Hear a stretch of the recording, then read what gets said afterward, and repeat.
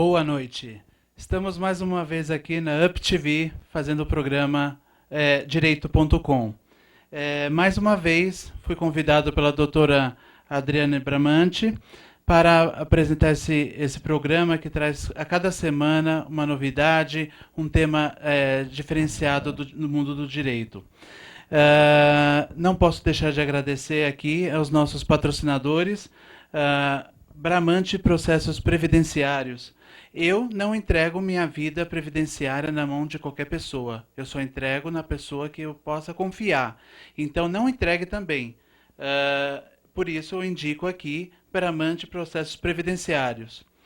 Tenho também, não entrego a minha beleza, se é que ela existe, na mão de qualquer profissional. Então, por isso que eu entrego na UpVision, aqui pertinho, fazendo a cabeça das mulheres e dos homens aqui do ABC. Fera Brasil é especializada em oferecer soluções e impressões em tecnologia para a sua empresa com a máxima agilidade. E não diferente, poderia agradecer a UpVision Salon e a UpTV, que é a primeira TV digital do ABC. Estamos aqui hoje, mais uma vez, falando sobre diversidade sexual.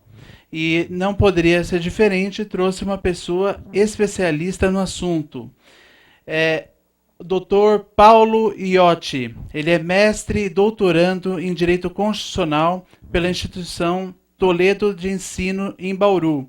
Especialista em Direito Constitucional pela PUC, especialista em Direito da Diversidade Sexual e Direito Homoafetivo. Ele também é autor do livro Manual da Homoafetividade e coautor dos livros Diversidade Sexual e Direito Homoafetivo, Minorias Sexuais, Direitos e Preconceitos. Boa noite, Dr. Paulo. Boa noite, Marcelo. Queria agradecer pelo convite para a gente poder falar um pouco dos direitos da diversidade sexual hoje. Agora, imaginando que nós estamos explicando isso para uma criança de 6 anos, o que é diversidade sexual? A diversidade sexual ela é entendida basicamente como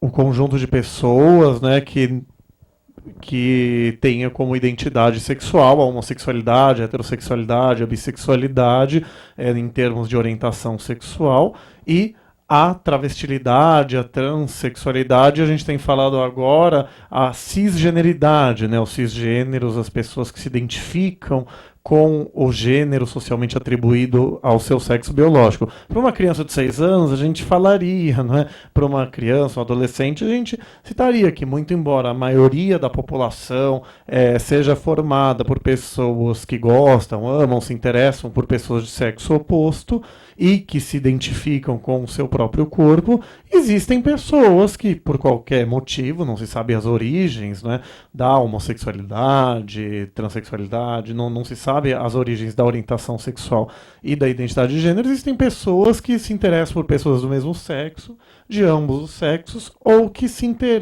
identificam com o gênero oposto, né? Pessoas que acham, homens que acham que nasceram no corpo errado, homens que se identificam com mulheres, ou, tecnicamente, se identificam com o gênero feminino. Então, a diversidade sexual abarca as pessoas LGBT, lésbicas, gays, bissexuais, travestis, transexuais e heterossexuais também, obviamente. Muito interessante.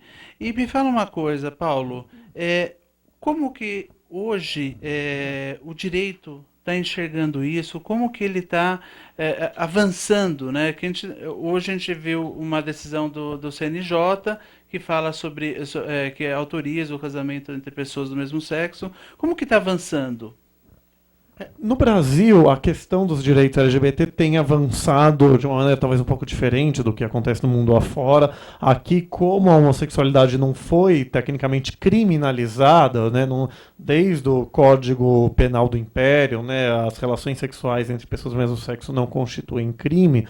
Então, os direitos LGBT começaram a ser discutidos na jurisprudência, ganharam força no Brasil com o direito das famílias, né, com casais formados por pessoas do mesmo sexo pleiteando o reconhecimento da sua união conjugal como família.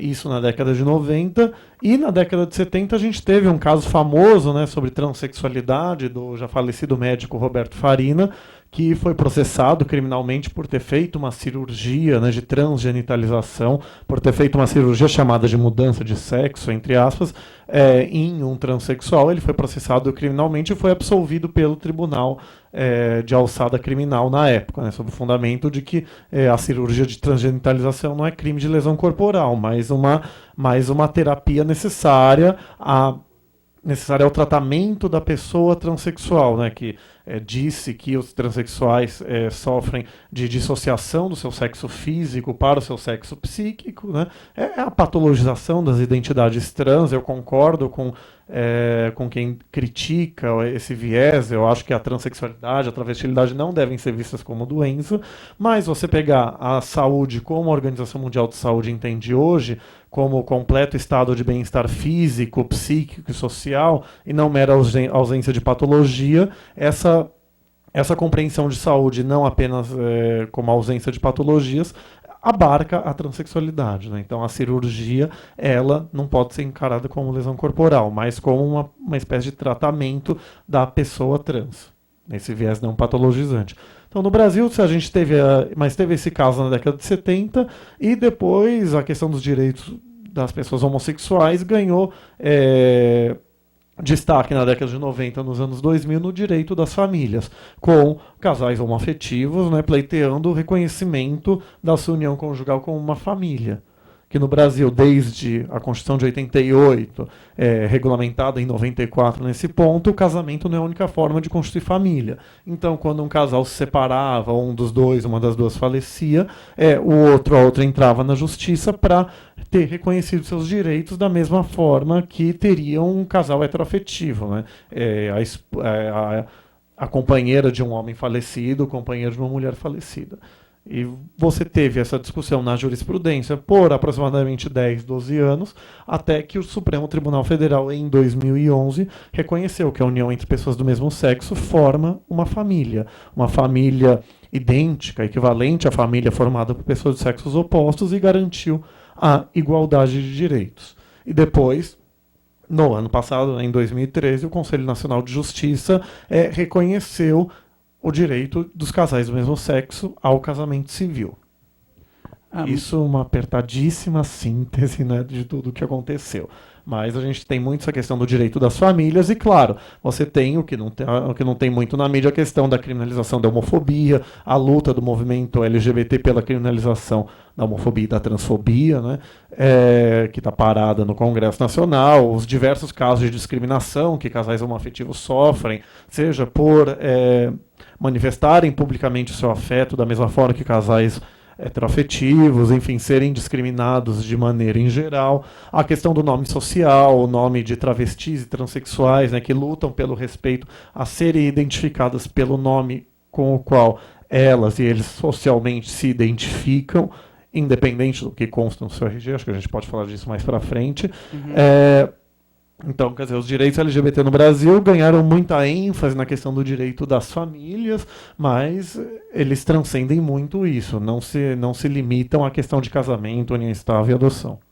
Nossa, agora você entrou num tema que me aguçou a curiosidade. Recentemente, o governador aqui de São Paulo, ele editou o decreto 55588, com referência ao nome social nas escolas, e foi muito criticado. Inclusive, existe um projeto de decreto legislativo com a finalidade de suspender. No seu entendimento, é caso de suspender? Houve algum erro? Ou é o caso dos movimentos, está se mobilizando no sentido de manter esse decreto? Não é para suspender, essa iniciativa é absurda. Mas na verdade, um esclarecimento, o decreto 5558 ele é de 2010. Então, o que teve agora recentemente foi uma resolução, enfim, uma decisão do Conselho Estadual de Educação, que, interpretando o decreto, né, que falou que alunos e alunas travestis, transexuais têm o direito a serem chamados nas escolas públicas, né, nas escolas em geral, se você levar o princípio adiante, pelo seu nome social. Então, só explicando, né, o nome que a gente tem no RG, no CPF, é o nosso nome civil, o nome que a gente ganha quando a gente nasce. A legislação brasileira, ela diz que, a princípio, o nome é imutável. Você pode mudar ele excepcionalmente, né? A lei fala que você pode mudar o seu nome civil quando você provar que ele te expõe ao ridículo, a constrangimentos, e quando você tenha um apelido público notório, que é um nome pelo qual você é socialmente, notoriamente conhecido no seu meio. O nome social, ele é uma expressão cunhada, né? Cunhada ou que ganhou força no movimento de travestis, transexuais, LGBT em geral, é o nome pelo qual as travestis transexuais são socialmente conhecidas. Elas se apresentam por esse nome. Então, imagina, meu nome, Paulo Roberto Iotvechiati, mas imagine que eu fosse uma pessoa travesti transexual, me apresentasse com uma fisionomia, roupa com um corpo feminino, mas meu nome civil ainda estaria como Paulo. Mas então falo, não, a minha identidade de gênero é feminina. Então eu me identifico com uma mulher, como mulher, para simplificar. Então eu quero ser chamado como Paula, quero ser chamada como Joana. Então o nome social seria esse Paula, esse Joana, esse nome que, a despeito do que consta no meu RG, nos meus documentos de identificação civil, certidão de nascimento, o nome com o qual eu me identifico. E as travestis e transexuais, elas sofrem muitos constrangimentos, humilhações, discriminações, pelo fato de terem no seu RG um nome que é diferente do nome com o qual elas se identificam, né? Um nome masculino, como quando elas se apresentam como uma pessoa de gênero feminino, ou o contrário, no caso do homem transexual. Um nome feminino é quando uma pessoa que se apresenta com o gênero masculino. Ano passado, no Enem, a gente teve uma situação assim. Uma candidata que até ganhou notoriedade, agora que o Enem adequou um pouco as regras dele para permitir o nome social, ela deu uma entrevista, mas enfim, ano passado, imagina, uma pessoa de aparência totalmente feminina, apresentou um RG com o nome masculino. Então, os examinadores, os fiscais do Enem estranharam. Ela teve todo um constrangimento para que as pessoas entendessem que, apesar de estar no RG o nome Paulo, era, na verdade, a Joana que ali se apresentava, naquele exemplo. No exemplo que eu dei aqui. Então, o que essa resolução do Conselho Nacional de Educação fez foi simplesmente dizer que alunos travestis transexuais, alunos e alunas travestis transexuais têm o direito de serem chamados pelo nome social nas escolas. Porque é um fato, quem conhece minimamente o universo das pessoas travestis e transexuais, e eu me enquadro nesse minimamente, né, sabe que existe uma evasão escolar muito grande. Porque, como as escolas em geral não respeitam a identidade de gênero dessas crianças, adolescentes que se identificam, que têm uma identidade de gênero oposta, ou chame-se como quiser. Existem crianças e adolescentes que, apesar de serem do sexo masculino, querem se vestir como meninas, se identificam como meninas e vice-versa.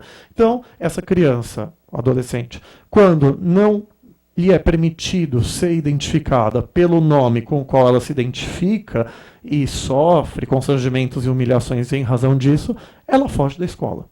Então, o índice de evasão escolar de travestis e transexuais é muito alto, porque elas não conseguem suportar esse drama que é o desrespeito à sua identidade de gênero. Então, acabam com essa evasão escolar, acabam não tendo a educação formal necessária, né, para você conseguir se formar no ensino médio, passar num vestibular, conseguir um emprego formal, então acabam sendo forçadas a apelar à prostituição. Então acabam sendo forçadas à prostituição. Nos movimentos a gente até destaca, né? Se a pessoa se a pessoa tem a vontade de ser profissional do sexo, é um direito dela. O problema é que as travestis e transexuais acabam sendo jogadas para para a prostituição como única alternativa que elas têm. Então, para evitar esse problema de evasão escolar, e até que não tivesse evasão escolar, para evitar esse problema de constrangimento, humilhação das pessoas, das crianças e adolescentes que não se identificam com o seu corpo, né, que não se identificam com os meninos que não se identificam com meninos, as meninas que não se identificam com meninas, para acabar com o constrangimento delas e deles, aprovou-se essa resolução, né, esse entendimento, pelo qual elas têm o direito de serem identificadas pelo seu nome social. Nossa, é muito interessante esse tema. Vamos dar agora um intervalinho e daqui a pouquinho a gente volta.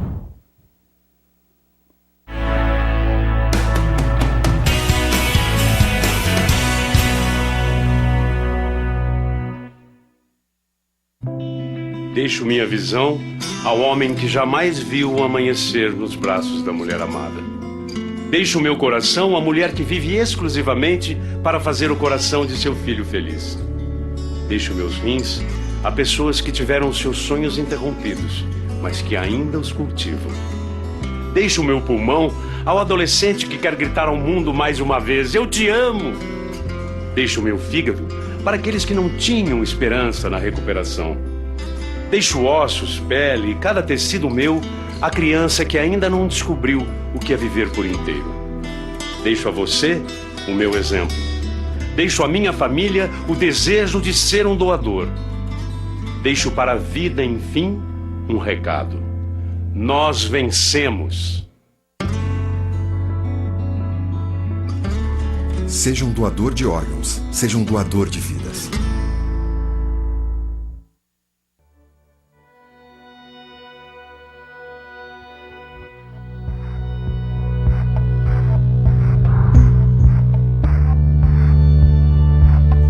What exists in every corner of the world? Embraced and celebrated in some countries, but is illegal in 76. What is hidden for fear of public shame, imprisonment, torture, or in 7 countries even the death penalty? What tears families apart? What makes people confront brutal violence on a daily basis? What simple trait gets people treated as second-class citizens everywhere they go? What gets children kicked out of homes, students bullied and expelled from schools, and workers fired from jobs without warning? What has existed in every country throughout history, but some people still consider abnormal?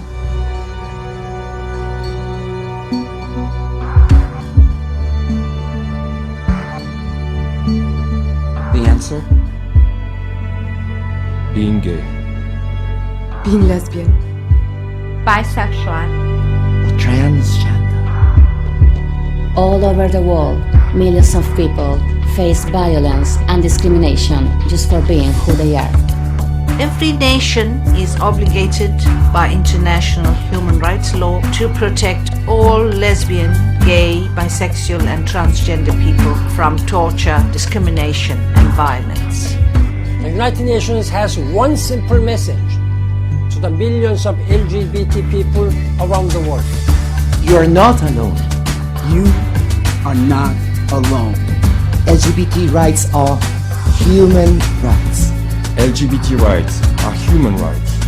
Together, we will build a world. We will build a world that is free and equal.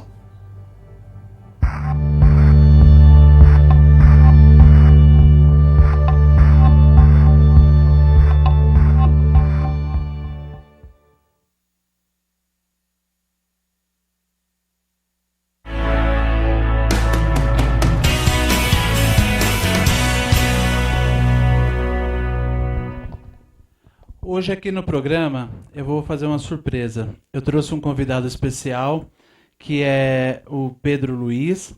O Pedro Luiz, ele se identifica como transexual e vai contar um pouquinho da experiência dele, porque às vezes a gente fica muito na teoria, mas a gente precisa mostrar, humanizar todo esse assunto, e por isso que eu trouxe o Pedro Luiz. Pedro Luiz, boa noite. Boa noite.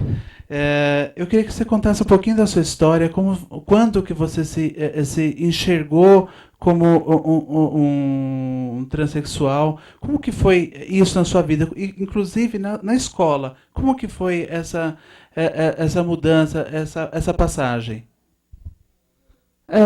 Desde cedo, desde que, na verdade, assim, a gente começa a se entender por gente, assim, quando você entra na primeira, segunda série, assim, que você tem contato com outras crianças.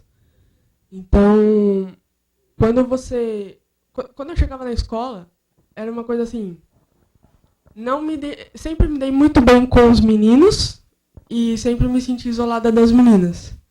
Mas porque eu não tinha nada a ver com o que elas gostavam. Então, eu chegava na escola, meninas gostavam de ver revistas, não participavam de aula de educação física e eu estava sempre enfiada no meio deles. E a coisa assim, que eu brinco até hoje, poxa, tinha aula de educação física, o professor chegava assim, fazia umas brincadeiras tipo, hoje a gente vai fazer brincadeira de pega-pega. E aí, menino pega a menina e menina pega menino, e ele dividia a sala no meio, tipo, na quadra no meio, e os meninos de um lado, os meninos do outro, e quando ele falava, vai pegar, eu queria sair correndo atrás das meninas, não queria correr atrás dos meninos. Então assim, sempre foi assim. E desde pequeno também, a pessoa chega pra você e fala assim, você é esquisito. Tipo, as pessoas ficam com medo até de colocar a mão em você, ou de deixar você pôr a mão, e você abraçar. As meninas ficam com medo de você abraçar, às vezes, porque as pessoas já olham e falam assim, nossa, tá com alguma intenção. Então, isso vem na escola desde cedo, assim. Às vezes você tem medo de demonstrar até um carinho, mas um carinho mesmo, porque as pessoas já te olham com segundas intenções, você não tá querendo aquilo, você é esquisito. Não. Então, desde pequena rola essa na verdade é um preconceito até no meio das crianças mesmo, assim. Então, eu acho que já vem de pai para filho e já entra na escola, acaba não sendo nenhuma coisa que você sofre fora. E então, quando eu fui crescendo, assim, acabei me relacionando com meninas bem cedo, assim. Acho que eu fiquei com a primeira menina, eu tinha 9 anos, assim. E eu nunca senti nada, assim, com homem. Às vezes o pessoal falava assim, mas você não tenta? Não tento porque eu não gosto, assim, não me vejo me relacionando com homem. E pra mim, na minha cabeça, assim, foi muito normal. E por exemplo, enquanto a minha mãe me vestia, eu conseguia seguir uma linha, mais ou menos, que ela criava de filha. No dia que eu consegui ter a minha liberdade de falar assim, não, agora eu vou escolher roupa, então é a roupa que eu quero. É a mesma coisa que... Eu brinco hoje, eu falo assim, não tenta colocar roupa de mulher em mim, porque eu vou me sentir um travesti. Eu vou me sentir, não sei, vai ficar esquisito. Eu não consigo me ver. E quando que nasceu, podemos dizer assim, quando nasceu o Pedro Luiz? Nasceu... Na verdade, eu fui casada com uma mulher. E até então, sempre fui taxada de lésbica. Por todo mundo, família e todo mundo. E eu não entendia o significado da palavra transexual. Aí minha ex-mulher brincava comigo e falava assim, eu acho que você é trans, porque não é possível, você é diferente. A cabeça é diferente, você fala diferente, você age diferente. E eu sempre busquei assim, exemplo do meu pai dentro de casa. Então, uma vez uma psiquiatra falou pra mim assim, pra minha mãe, falou, talvez a culpa dela ser assim é uma grande influência do pai dela. Então, fica esse negócio onde ninguém sabe te falar o que você tem. Ninguém sabe falar assim, você é assim? Por quê? A minha mãe fala que eu nasci no corpo errado. A minha mãe, eu tive muitos problemas com a minha família, assim, principalmente com a minha mãe. Hoje eu tenho muito com meu pai. Mas a minha mãe, ela olha pra mim hoje e fala assim, tudo bem, eu já entendi. Você nasceu no corpo errado e beleza, a gente dá um jeito. Assim, com o tempo a gente dá um jeito.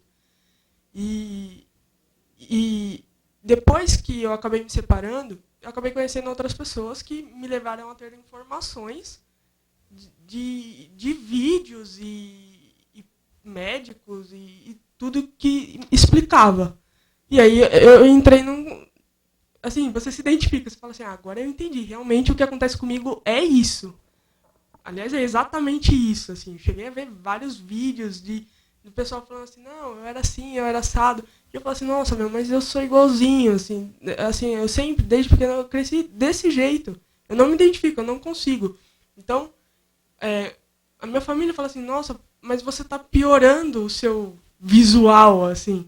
Eu falo assim, pra mim eu tô melhorando, porque parece que quando eu tava mais feminina, pra mim tava tudo errado. Na verdade, hoje eu ainda acho que tá tudo errado. É a mesma coisa que você olhar no espelho e falar assim, nossa, tá tudo errado. Tá tudo no lugar errado, não gosto de peito, não gosto, não quero, não dá. E aí, as pessoas na rua acabam... Pra mim é mais estranho alguém me confundir com mulher do que alguém chegar pra mim e falar assim, um moço, um rapaz. Pra mim, isso é super normal. Só que me chama de moça, eu nem percebo. Mas se alguém falar assim, não, dá o papel pra aquela moça. Sabe quando você olha assim e fala assim, nossa, mas que moça? Isso não passa, mas alguém te tratar no masculino, tipo, vai fácil, assim. É mais natural pra mim. E qual a importância para você? Teria sido diferente na escola se tivesse sido garantido a você, por exemplo, é que o Pedro Luiz ele veio mais recentemente, mas se ele existisse há mais tempo e fosse garantido, teria sido diferente na escola? A existência do Pedro Luiz? Eu creio que sim, porque na verdade já faz uma diferença até no caso de você arrumar um emprego. Então acaba sendo mais ou menos a mesma coisa, porque recentemente fui procurar um emprego e tem aquele processo seletivo inicial, onde você preenche uma ficha e tal, e entrega a ficha para a pessoa selecionadora. E eu entreguei a ficha com o nome de RG, né? No meu RG consta Paula Lucena. Tudo bem. E entreguei, muitas pessoas na sala e tal, e a pessoa foi chamando nome por nome que ela ia pegando na ficha. E quando chegou na minha vez, ela chegou e ela falou assim, Paula. Normal, eu sei que meu nome é Paula no RG, tô aqui. E ela estava de cabeça baixa. Na hora que ela levantou pra olhar a Paula, ela olhou pra mim, deu uma risada. Tava todo mundo falando, na hora ficou um silêncio. E aí ela pegou pra mim, deu uma risadinha meio sem graça e falou assim, nossa, desculpa, não era Paula, é Paulo. Na hora, é silêncio total, assim. Aí você fala assim, não, é Paula mesmo, porque eu não tenho como colocar. Eu não tenho como colocar, é Pedro Luiz. Vou colocar isso na ficha? Não vou. Então, assim, eles não pedem isso, não te dão esse direito. Então, aí rolou um silêncio enorme, assim. Eu falei assim, não, é Paula mesmo. Aí ela, silêncio, falou assim, nossa, desculpa. Então, na hora que foram selecionar e tal, não teria nem porquê. Na hora que voltaram, não deu, cortou. Então, tem coisas que acontecem que fica assim, muito na sua cara, de que você é cortado por causa disso. Porque eles te veem com um olho, mas na hora que eles olham o seu papel é outra coisa. Então, o preconceito acho que já começa aí já. Porque talvez se me vissem do jeito que eu sou, visualmente, e lá no papel tivesse Pedro, e aí? Tá, é Pedro, ponto, acabou, não tem problema. Entendeu? Então, é mais fácil de você não sofrer um preconceito que já é tão grande no natural, assim, entendeu? E, Marcelo, só deixa eu complementar, eu tenho um cliente, né, que é de uma ação de mudança de nome por transexualidade, e ele me fala nesse sentido. Na verdade, ele e outras pessoas já me falaram que colocam o próprio nome social mesmo na ficha.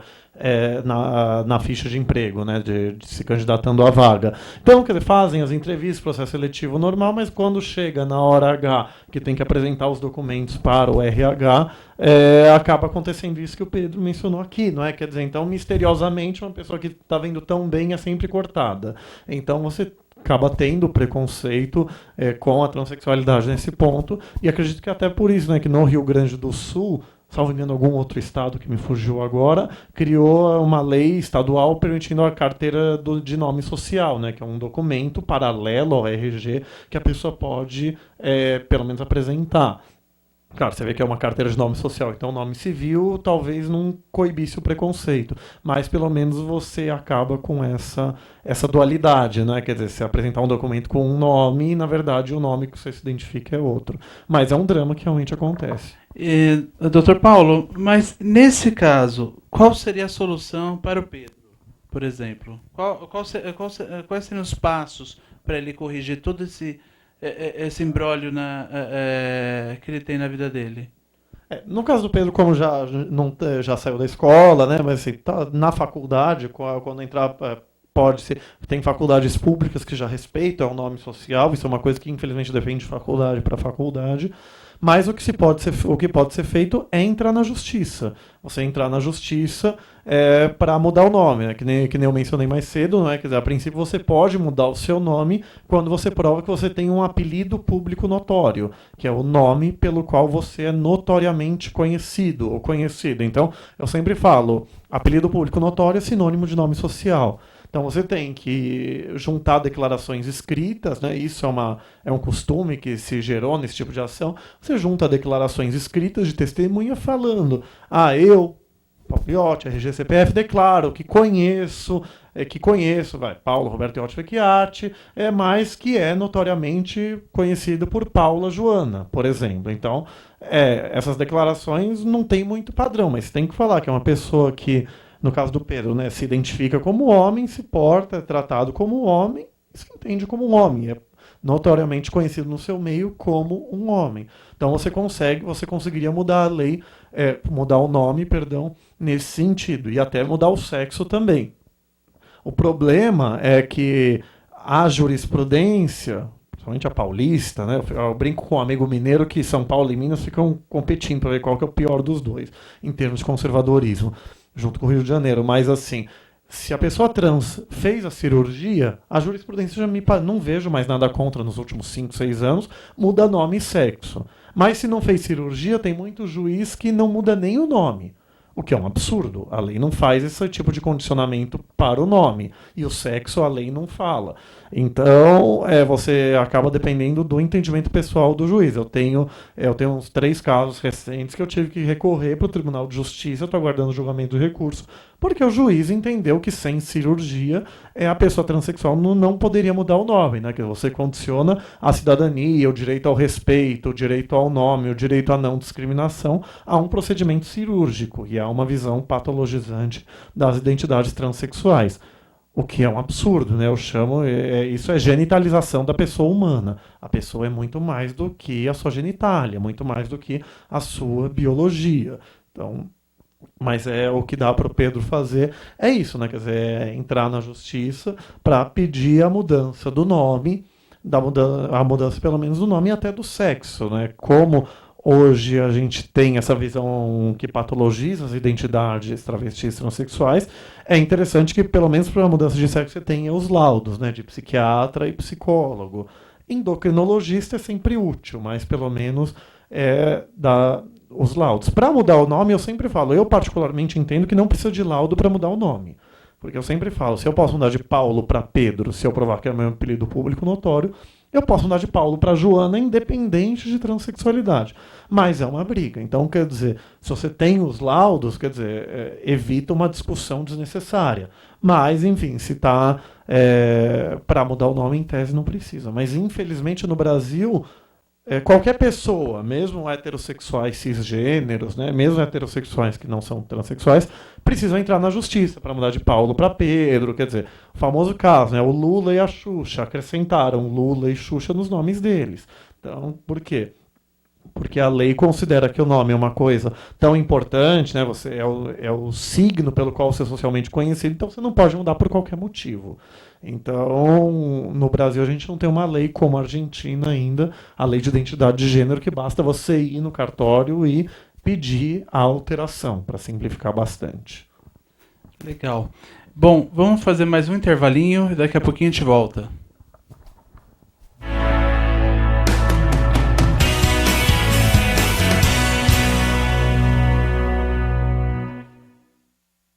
Eu peguei dengue 2 vezes. Foi horrível. Muita dor no corpo, febre. Eu fiquei de cama. Aí o quadro foi piorando e eu tive que ir pro hospital. E eu morri. É isso mesmo. Eu sou apenas um ator. E só estou nesse comercial porque o Paulo Rodrigues não pode contar a própria história. Ele morreu de dengue. Tire 10 minutos por semana para combater o mosquito. Elimine a água parada realizando as ações que você já conhece. Em caso de febre, dor no corpo, nas articulações e manchas vermelhas na pele, procure uma unidade de saúde. Jamais tome remédio por conta própria. Se os sintomas piorarem, retorne ao posto de saúde imediatamente. A dengue mata, e se você não ajudar, ela vai matar cada vez mais. Todo mundo sabe como a dengue começa, e se você não ajudar a combater, a gente sabe também onde ela pode terminar. SUS, Secretaria de Saúde, Governo de Goiás.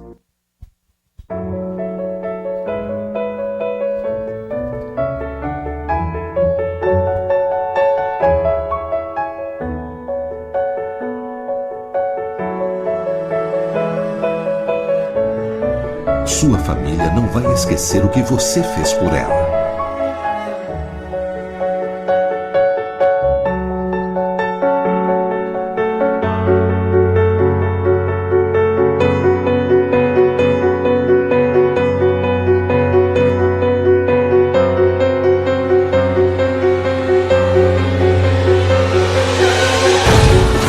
E você, o que fez com eles?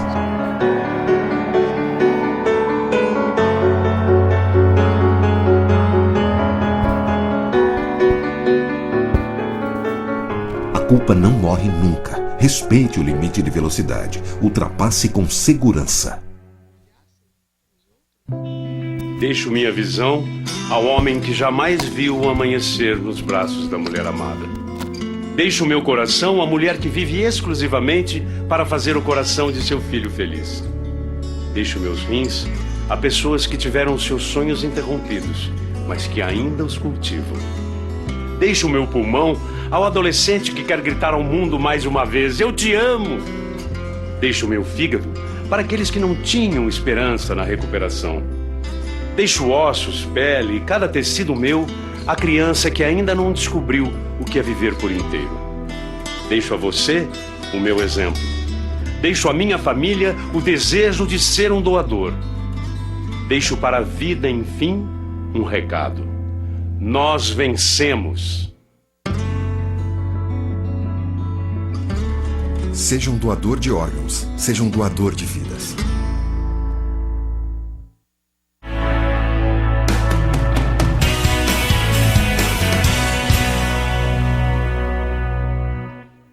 Estamos de volta para a parte final do nosso programa. Recebi aqui um e-mail do Eric, que está falando que gosta muito das entrevistas, que hoje não é muito diferente. Muito obrigado, Eric. Dr. Paulo, atualmente existe alguma ação na Justiça? Porque assim, a gente sabe que hoje o Judiciário está fazendo muitas vezes o papel do Legislativo, né? Hoje existe alguma ação na Justiça para corrigir esse tipo de problema igual do Pedro? Existe no Supremo Tribunal Federal. A gente tem a ação direta de inconstitucionalidade 4275, se não me engano, na qual a Procuradoria-Geral da República pede para que o Supremo reconheça o direito de transexuais, na verdade, mudarem nome e sexo no RG sem a necessidade de cirurgia, mas tendo que apresentar os laudos, né, de psicólogo e psiquiatra.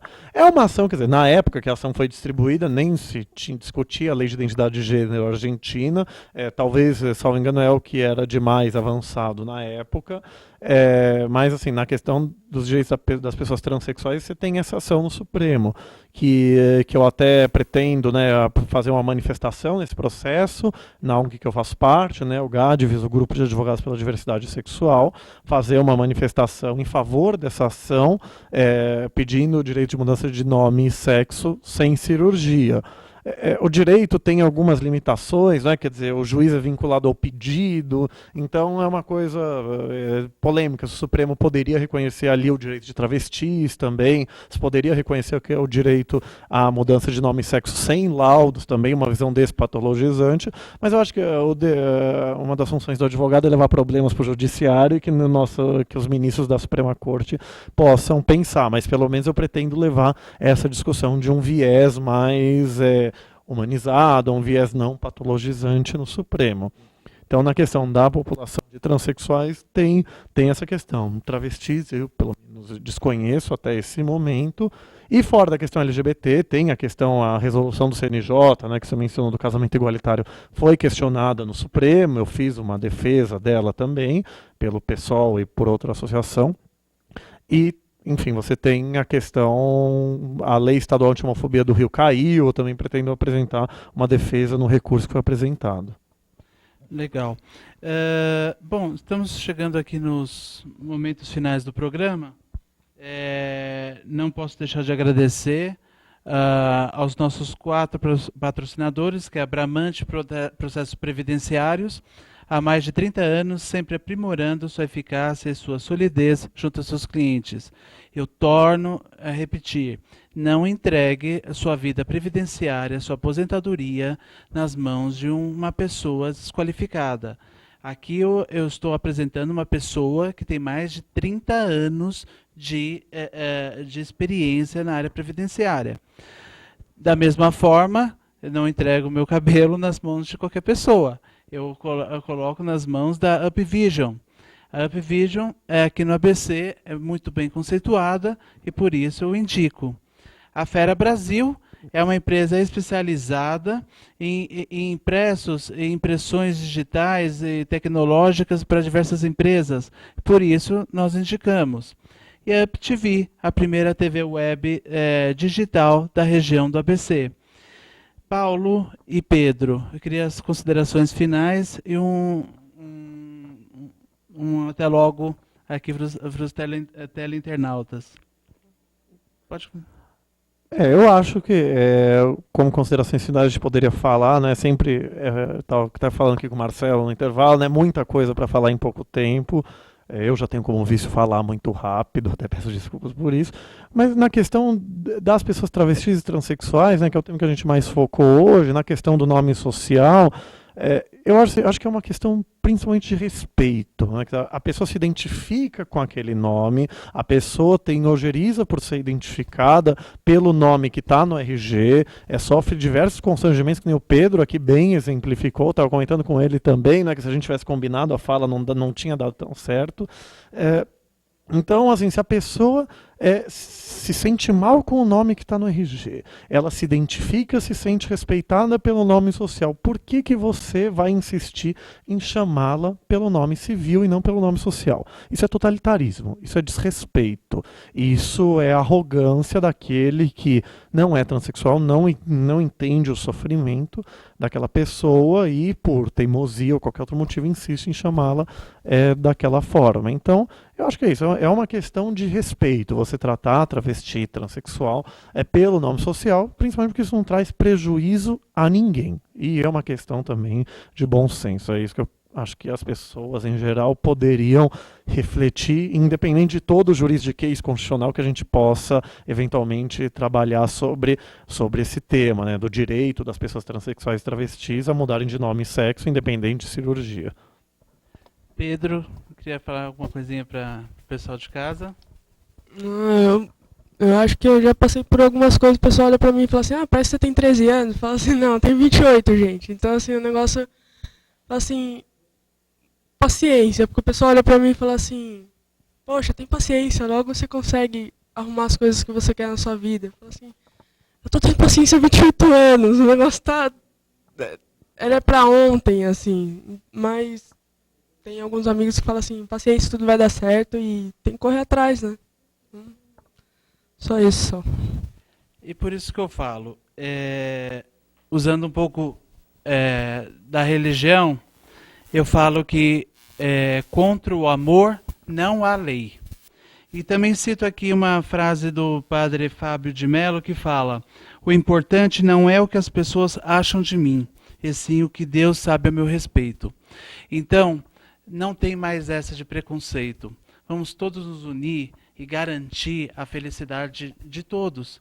Porque pessoas felizes é uma nação feliz.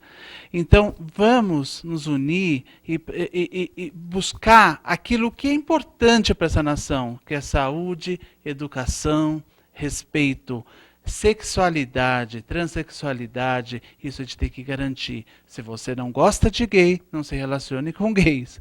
Se você não gosta de droga, não usa droga. Então, vamos respeitar. A palavra é respeito. Nós estamos no mês de combate à homofobia, transfobia. Pensa em casa. Pensa porque você pode ter um cidadão LGBT na sua casa. Muito obrigado e boa noite.